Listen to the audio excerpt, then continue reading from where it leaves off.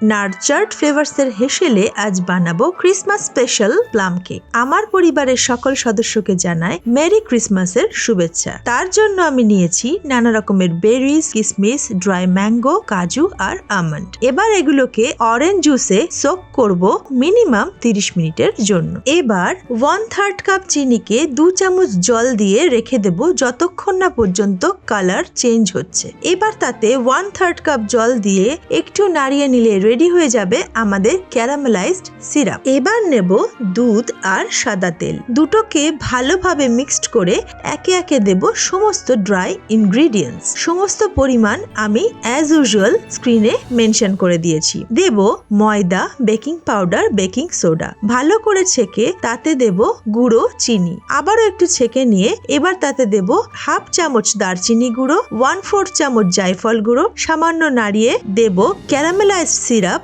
আর soaked dry fruit. এবার 1 pinch নুন দিয়ে আবারও ভালো করে মিক্সড করতে হবে। আজকের ফ্রুট কেক এর জন্ম প্রাচীন রোমান যুগে হলেও কুইন ভিক্টোরিয়ার সময় থেকে এই ফ্রুট কেক ট্রেডিশনে পরিণত হয়। ভারতের কেরালাতে ব্রিটিশদের হাত ধরে জনপ্রিয় হয় এই প্লাম কেক। আর এই ফ্রুট কেকের সাথে নতুন করে অ্যাড হয় কাজু, কিশমিশ আর দেশীয় মশলা। এবার কড়াইতে সামান্য নুন দিয়ে 6 থেকে 7 মিনিট প্রিহিট করব আর লবঙ্গ দিয়ে এভাবে ছিদ্রটাকে বন্ধ করে দেব।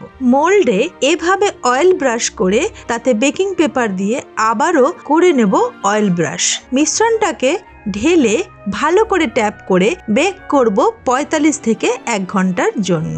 আমার প্লাম কেকের ব্যাটারটা একটু ঘন হয়েছিল, তার জন্য আমি 2 চামচ দুধ অ্যাড করেছিলাম একটু পাতলা করার জন্য।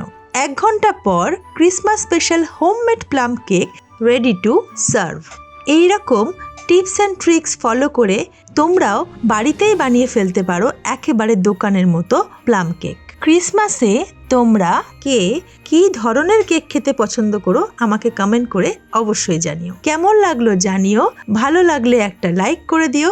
আর হ্যাঁ, দেখতে থাকো নার্চার্ড ফ্লেভার্স, যেখানে রান্না মানেই গল্পের শুরু। টাটা।